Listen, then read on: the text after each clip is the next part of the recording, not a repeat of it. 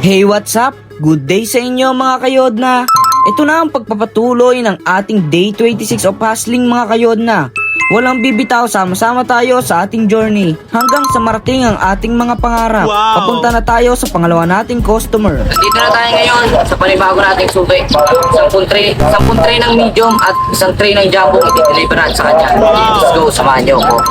Okay mga kayodna, panibagong blessing na naman tayo. Dahil tayo ay binigyan na naman ng ating Panginoong Diyos ng panibagong pagkakataon para makapaghanap buhay ng maayos at mapayapa.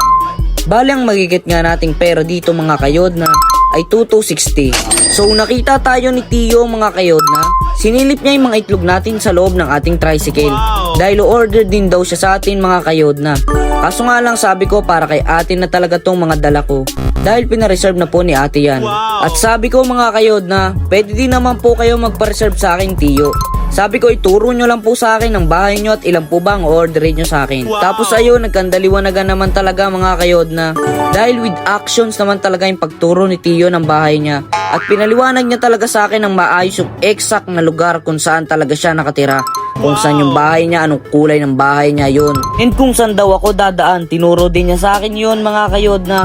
Basta lahat ng dapat tandaan at lahat ng detalye para matuntun ko bahay ni Tio mga kayodna. Sinabi sa akin para mapuntahan ko daw next week or pag free time ako.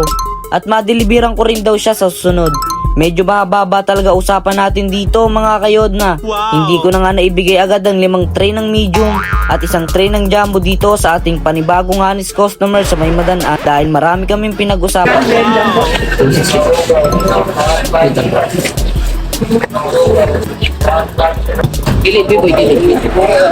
Tuloy-tuloy lang tayo palagi mga kayodna. And hintay-hintayin muna natin ang ating customer dahil may ginagawa din siya.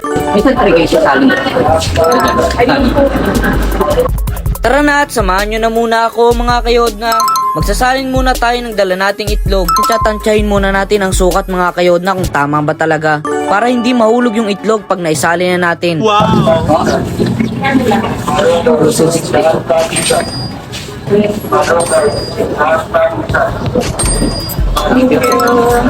Okay, nagit na natin mga kayodna ng 2,260. Thanks God and God bless sa inyong lahat. Palag lang ng palag palagi mga kayodna. Day 1 to 1 day talaga to mga kayodna. Walang iwanan to. Palagi ko kayong kasama. Tapos na tayo mga kayodna sa 18 trays of sold out na natin ng mga itlog. Maraming salamat sa inyo sa walang sawang suporta at pagmamahal sa akin. Gagawin natin ngayon ay uuwi na. Tapos na ang day 26 of fasting natin. Maraming salamat. Thanks God. Let's go mga kayodna. Masaya na naman ang araw ko dahil natapos kong muli ang mission ko na kasama ko kayo. Thanks God and God bless. Tara at samahan nyo na ako umuwi mga kayodna. May madadaanan tayo ditong mga bata mga kayodna. Ay! Medyo.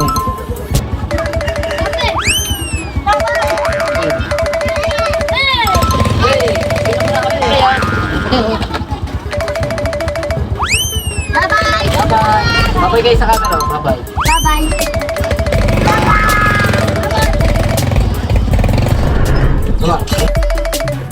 Nakauwi na tayo ngayon mga kayodna. Tapos ng day 26 of bustling. God bless. Nandito tayo. Feel at home mga kayodna.